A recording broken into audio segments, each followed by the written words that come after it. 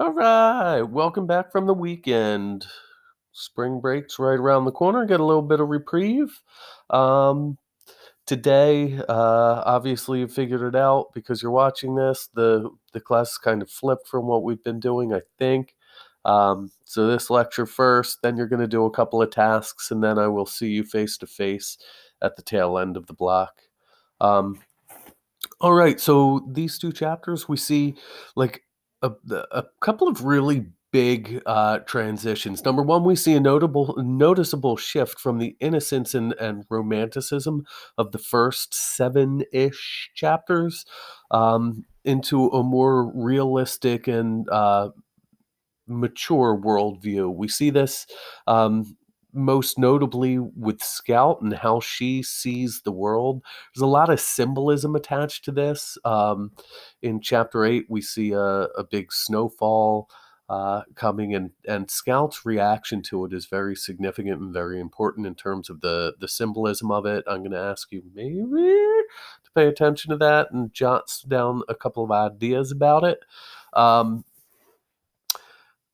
Look at also what they as in Gem and Scout create out of the snow, and very specifically what it looks like and how they kind of try to fix it, and how that could relate to some of the bigger issues inside the text.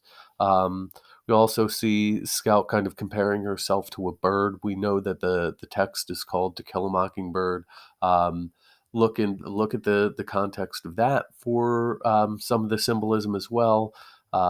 Note that their last name is Finch. So try and make some sort of thematic or thematic connection with that specific bit of symbolism, because it does pop up in terms of Atticus's advice later on, as well as Scout's talking about her kind of connection to the bird world.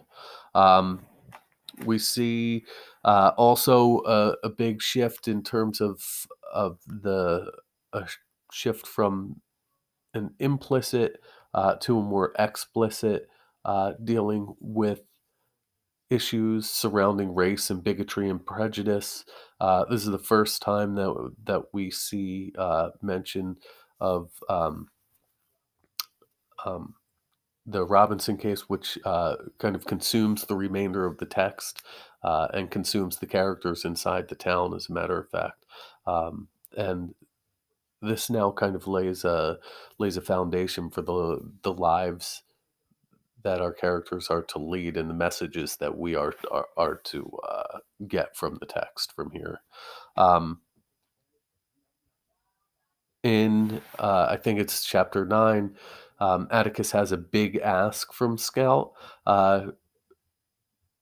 It's after she tries to defend Atticus's honor.